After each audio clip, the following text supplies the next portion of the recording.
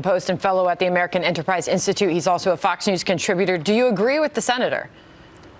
100%. Senator Graham is 100% correct. You should the words you never say to a captured terrorist is "you have the right to remain silent." He does not have the right to remain silent. We need to know who he was working with, who sent him, who trained him, who else might be out there, and we need to know that stuff fast.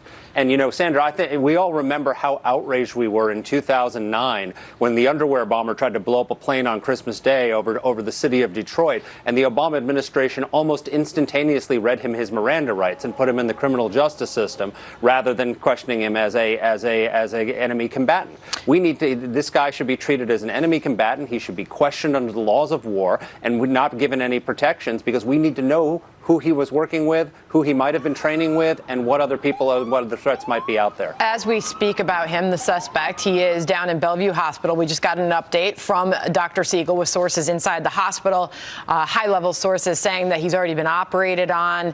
He's recovering from that. He'll be moved to the prison ward soon.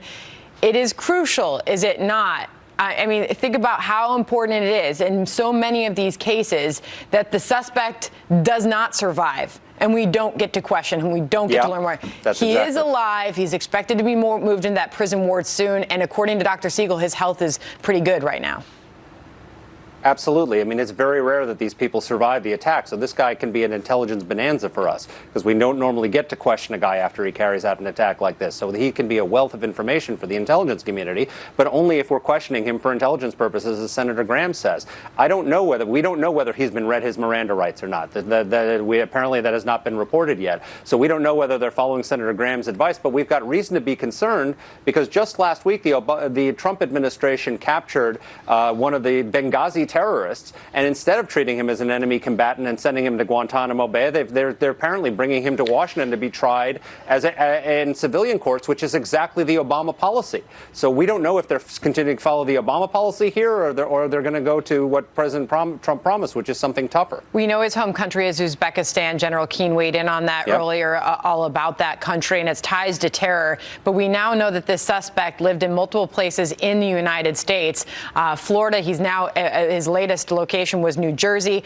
We are also learning of reports that he came in on this diversity visa lottery program. What we know about that, 50,000 randomly selected foreigners, less than 1% of those who enter the drawing earn permanent residency here in the United States. For the diversity visa lottery program, Uzbekistan, 2,378 of them, 5.1% of the total in 2016. Can you tell us anything we need to know about this as we learn more about him? Yeah, the diversity visa program is rife for corruption. In 2007, the GAO issued a report. So 10 years ago, the GAO issued a report warning, and I'm quoting now, that the diversity visa program creates an open door for terrorists wishing to enter the United States with legal status. The State Department IG stated that the diversity visa program posed significant risk to the national security from hostile intelligence officers, criminal and terrorists attempting to use the program to enter the United States as permanent residents. So 10 years later, we've got a terrorist who's done exactly what the GAO warned a decade ago was going to happen. So we need to do a better job of vetting this and looking at this program. All right, we've got a breaking 2 hours here. Marc Thiessen, thank you for joining us, and hopefully we'll get an update from law enforcement soon. Bill? Yeah, Sandra, that's about 4.